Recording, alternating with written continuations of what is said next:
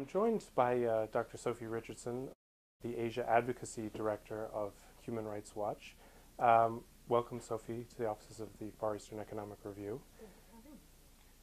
You're in Hong Kong to launch a report on human rights in China, which involves also a guide for journalists covering the Olympics. Is that right? We've actually got two new documents out this week. One is, as you suggested, a reporter's guide for covering the games. What we wanted to do was make it easier for the estimated 25,000 foreign journalists who are going to Beijing to be able to go out and cover more than just the sporting events themselves. We've written a lot about the problems journalists run into, threats to themselves, threats to their sources, threats to their staff, and we've tried to give them some practical advice about how to avoid those threats.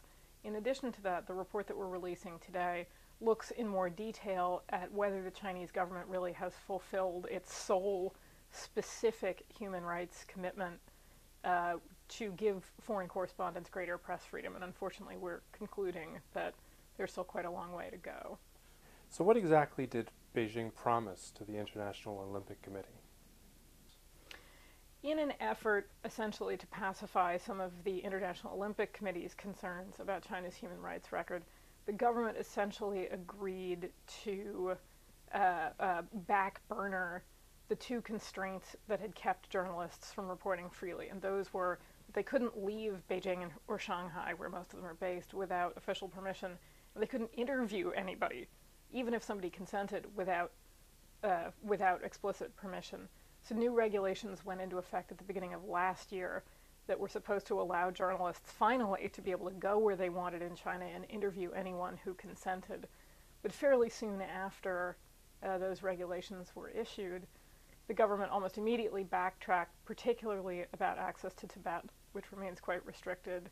And, our research over the last year and a half now has showed that its interest or ability in upholding those regulations across the board leaves a lot to be desired.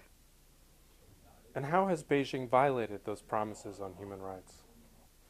A lot of the other commitments were quite broad and quite vague. I mean, you'll see phrases like, by hosting the Olympic Games, China will make progress in human rights. And not only do you hear that from the Chinese government, you also hear it from the IOC. One of my favorite IOC comments actually was an official named Hein Verbruggen, who said about a month ago that the only human rights progress China has made is directly as a result of the Olympics. He didn't elaborate on that claim.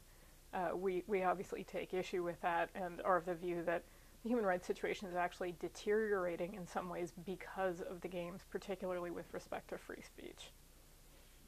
Do you foresee a relaxation of controls after the Olympics are over?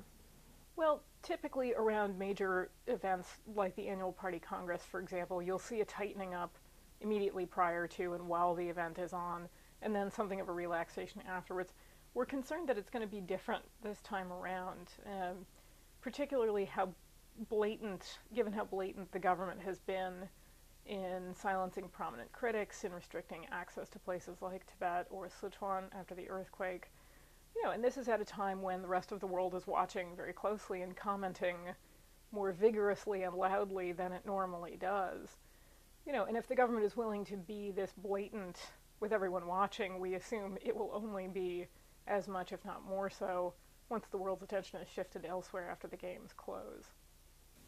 So what will be the long-term impact of the games internally and on the world's perception of China? I think given the international community's relatively poor performance in terms of leveraging human rights concerns in advance of the games, it's going to be that much harder for them to do so afterwards, and this is why we've pushed so hard to get governments to comment now on the theory that it's going to be a lot harder to do so after August, when the government is probably less concerned about its international reputation. What effect the games will wind up having on China domestically, obviously the party has invested enormous resources, literal and philosophical ones, into the relationship between the successful games and its own legitimacy. I think that in practical terms the games will go well and the government will declare it a success. But I think particularly in light of the expense of the games at a time when one of the other main stories we're seeing is about corruption in the construction of schools in Sichuan, where the damage was particularly bad as a result of money essentially being skimmed off. That the government spent so much time and money on this very high-profile event rather than dealing with corruption, inequality, those sorts of things, I think could be a source of, some real resentment over the longer term. So what has the IOC done to ensure that Beijing improved its human rights record?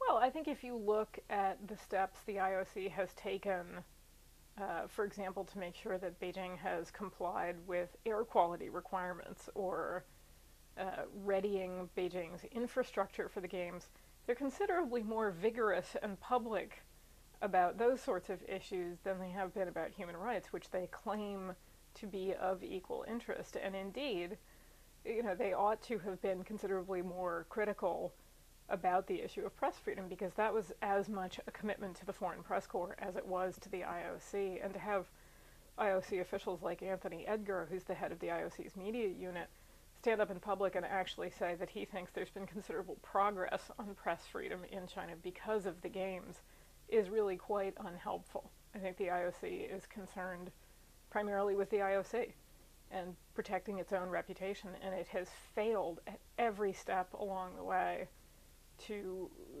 intervene and defend, I think, the honor of the Olympic movement, and that it took, a speech as egregiously political as Zhang Qingli's comments during the Lhasa leg of the torch relay to even elicit a response from the IOC shows you just how unwilling they are to speak up about these particular kinds of issues, which are clearly within their mandate.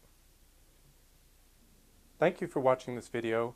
We plan to produce more videos, so please check back at www.feer.com.